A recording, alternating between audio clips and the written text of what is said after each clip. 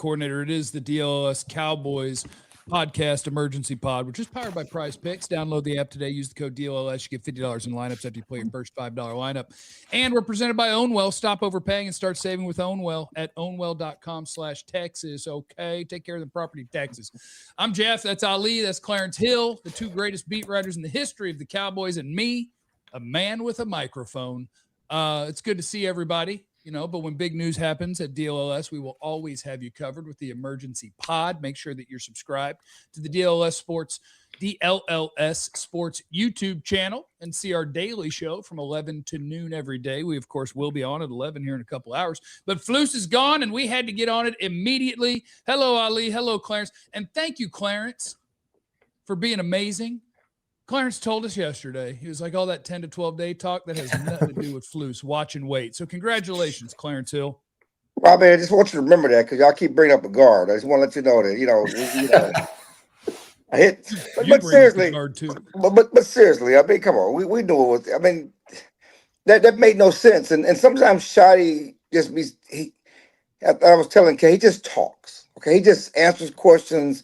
And he thought, well, get to the coaches on Thursday. And then we tend to he's just answering questions to be nice as a nice guy. But that was never realistic with, the urgency of the situation. You're in competition for other guys. This thing happens fast. And there's no way you're waiting. It's one thing how Jerry did it last year with the head coach. That's two totally different situations with the assistant coach thing, with so much competition, so many job openings. You can't wait that long. It just made no sense. Now, Ali, what's the proper reaction to this? And you guys tell me in the chat, how is your reaction today? Are you throwing a party? This is a man losing his job, so we have to do with all due respect, but you can respond to the news in whatever way you choose. Yeah, I was just going to get up and enjoy my morning and, have some breakfast, and this, pops up out of nowhere. But you know what? I'm glad this happened now and not, on a Friday night like last year with Shotty when he got hired, and all of a sudden now you got to drop everything you're doing and go take care of that. But no, look, like Chill said, this isn't something that they could have waited 10 to 12 days. Like, they have to capitalize on this now and understand that, with what the offense did this past season, you don't want to waste that going to next year. You don't want to waste the chance to get a good candidate, in the building and take your time with the whole process. But look, now that, he's out the building, obviously we know that, I'm sure later today on the show, we'll discuss some possible candidates. But look, it's more than just Flus, as we've alluded to in the past too. It's also the personnel on the field that we know is going to go through some serious changes as well. And it doesn't really matter who you replace him with if you don't get the right guys on the field. So I understand the name at the top of the list is the one that gets kicked in the rear end, as they should, calling the shots, making the decisions. But you know what? I say job well done that they're not going through the way they did things in the past, as Chill said, and kind of waiting through the process like they've done with head coaches. This had to happen now, and now you got to get the right guy in the building if you want to continue to capitalize on what you have with Dak Prescott, with CeeDee Lamb, with the guys that are in win now mode.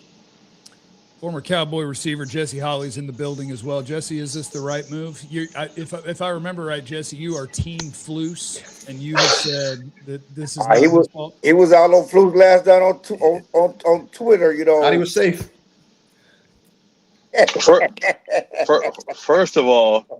First of all, damn, Ali, I haven't heard you spoke that many words consecutively on a topic in the entire time that we've been together. Why are you firing back at me? Do we need to get you more on Zooms than we do in the studio? Why are you firing back at me? This is on you. This is you. Dang. This is you. I was like, okay, Ali, with the words today.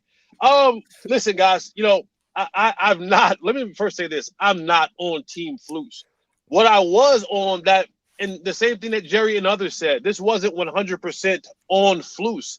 There were a lot of players that played on this football field this year, and a lot of these guys did not live up to or play to the level of snuff that they're supposed to play to. So while Flus was a huge part of it, right? You can't. There's always that numbers things, right? Well, I can't get rid of 53 guys, so one works better. And that's, that's the price that Flus has to pay. Now, is he absolved of any stubbornness that he showed all this year long? No. I mean, he was on record saying from his mouth verbally that I would not change anything. That's crazy. That's a little bit stubborn. And that's the lay of the land sometimes when it comes to NFL. A lot of coaches, when you get to a level of success, when you go from being an assistant, a linebackers coach, and then you move up in the world, and then you're a head coach, you truly believe in your heart of hearts that what your scheme is or plan is or the way that you go about business works. And it's sometimes you don't want to veer away from that. And it's moments like this now with him being fired as a head coach and him being fired in the first year as the defensive coordinator. Maybe he goes in the offseason, takes some time off. I mean, he'll get paid for the next couple of years to not have to work. You're talking about failing up. And he'll look at himself, look at the man in the mirror, and revamp his thought process and scheme and the way that he goes about business. But there was a lot of blame that falls at the feet of Matt Eberflus for the failures of the defense this year. But again, I am still very, very, very, there's a former player in me. There needs to be some culpability and some blame placed on the other 11 to 22 guys that played on defense this year that you did not play up to your standard. I mean, Quentin Williams, the guy who came in mid-season last year, he said it yesterday. He said, listen, guys, cover 3 has been cover 3 for 50 years. Cover 2 has been cover 2 for 50 years. Man-to-man has been man-to-man for 50 years. And a lot of guys in this defense didn't play up to their potential. They didn't do what was needed to be done on a week-in, week-out basis. You heard guys talk about practice habits. This goes back before Matt Eberflus. This goes back to Dan Quinn. This goes back to other guys where practice habits were bad for Cowboys players. And if you can't get practice habits right and meeting habits right and discipline right and attention to detail right, I don't give a damn who you bring in here. And that's why I still feel like there is a player problem that the Cowboys have. Sure, get rid of the defensive coordinator, but also you need to fix some of the guys that you have in this locker room that you give a jersey to every Sunday. Well, I mean, and let me pick back on that. And it is a player problem. And Kenny Clark said it last week, and we talked about this all year. They ain't got enough dogs. I mean, it is a play. They don't have enough players. I'm talking about difference-making players. That is the problem. I don't give a damn about practice habits if you don't got dudes that can get it done. No, and see that's the problem. That is the problem. Because if you're going in the wrong direction, I don't give a damn how good you are. If you're not no, you can, and that's the problem. We keep trying to negate the fact that there are the good defenses. Yes, they have good players, but we've also seen some not so elite players have success in programs because they do what the hell they're supposed to do. That is, the Patriots won a bunch of Super Bowls because defensively they had dudes. And Bill Belichick, I know this for a fact because I was in the locker room. I met with the man. I talked with the man. I was coached by the man. He asked me specifically, can you do this job? Cool. I'm not asking you to do anything else but to do this and do it well.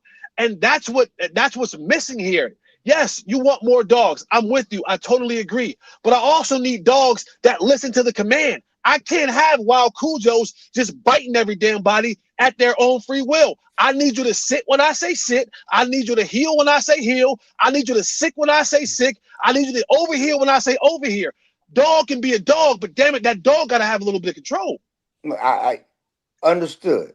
They still need dogs. They need dogs, and they don't have enough high-end players on that defense. You talk about accountability. There will be player accountability because players will be gone. Their contracts are up. Okay, there's no question they will have different players here. You just look at the contract, and we've talked about how many players will you keep from this defense, and we're talking about the defense, and there's only a handful of guys that you say, I want them back. Everybody else's job is line. There's no question the players will be held accountable for their play. But they haven't been held. They have not been held accountable for their play in years, Clarence. How can we guarantee this? Well, this group of players will be held because they won't be here, is all I'm saying. The contract suggests that they're going to be gone. They're going to be out of here. They're going to move on from them, okay? So what can we control right now? We got to get rid of the defense coordinator. That's been an understanding. We've talked about this for weeks. Jerry said a few weeks ago, it won't be hard to make a decision. It won't be hard. He said this. It won't be hard to make a decision on the defense coordinator because it's been that bad. They were abysmal. This is one of the worst defenses in NFL history in terms of points. The worst defense in Cowboys history in terms of points. Yes, somebody has to be held accountable, and it's going to be defense coordinator. We talk about players all day, and they will get different players. Now, it's up to the new coach, it's up to the head coach, it's up to the owner to hold them accountable. We can talk about that as much as we want. 4 defensive coordinators we've been through in the last 4 years, and we talk about the same issues on the football field with players. Players jumping offside, players getting beat in coverage, players not tackling, players not being where they're supposed to be. Like, again, this is we will be on our 4th defensive coordinator, right, in the last 4 years, and the same issues that we're having. And we had it under Quinn, we had it under Nolan, we had it under what's my other guy? Zimmer. The same things. We're talking about guys still not knowing what a lineup, guys still undisciplined, guys not 952. 952. 952. I don't know what the hell 952 means. Well, if you know what 952 is, that's Jerry's direct line at Valley Ranch. He called 972-556-9952. Call 952, okay? That's what the players do.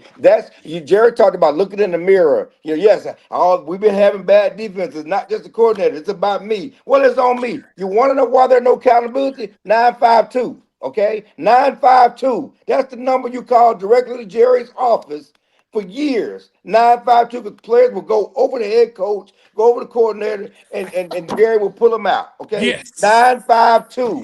You want to know why there's no accountability with all the different coordinators? There's only one constant. Yeah. 952. If Nolan can't do it, if Zimmer can't do it, if Quinn can't do it, if Eberflus can't do it, if the head coaches can't do it, then who's the common denominator? Yeah. Oh, we know that. 952. We know that. If Tad didn't hate you before, he damn sure gonna hate you after this. when people start calling that 952. Well, you gave the whole thing too. I hope that was the Valley Ranch. Sorry. KG's in the super chat. He said, if Jerry Jones is serious, he'll make Brian Flores the highest paid DC in football and make him the associate head coach, no salary cap on coaches. And that is true. So, yeah, hopefully they'll just, that's the biggest thing. Look, this defense was so bad. I saw one of my nerd guys on Twitter this morning. The Cowboys, since they started tracking the nerd number, DVOA, 4th worst defense in the history of the league. And I saw numbers going back to 1981. So they've been tracking that. The worst is 82. Okay, so they've been tracking this for a long, long time. And those teams that was on that list combined for 8 total wins. Yeah, you cannot be that bad. You cannot convince me that your players are 8 times dumber than everyone else's in the history of football. Something is lost in the teaching to the players. And now we're going to try again with somebody different, and hopefully it's not a Jerry friend. Hopefully it's the best D coordinator you can find. Look, we got a whole hour coming up. We're Monday through Friday, 11 to 12. Make sure you're subscribed to the DLLS Sports YouTube account. You can catch us 11 to 12. We'll be up there here in about an hour and a half, and we will go long form on this bad boy. But again, Matt Eberflus is out as the Cowboys defensive coordinator. The names to watch, all the things are coming up on our show later this afternoon, or technically this morning. I guess afternoon is after noon. So we'll see you at 11. Thanks for stopping by. Remember, you have no idea what anybody's going through. Be cool to everybody. We love you. Be easy. 11 at the contingencies. We all silly like the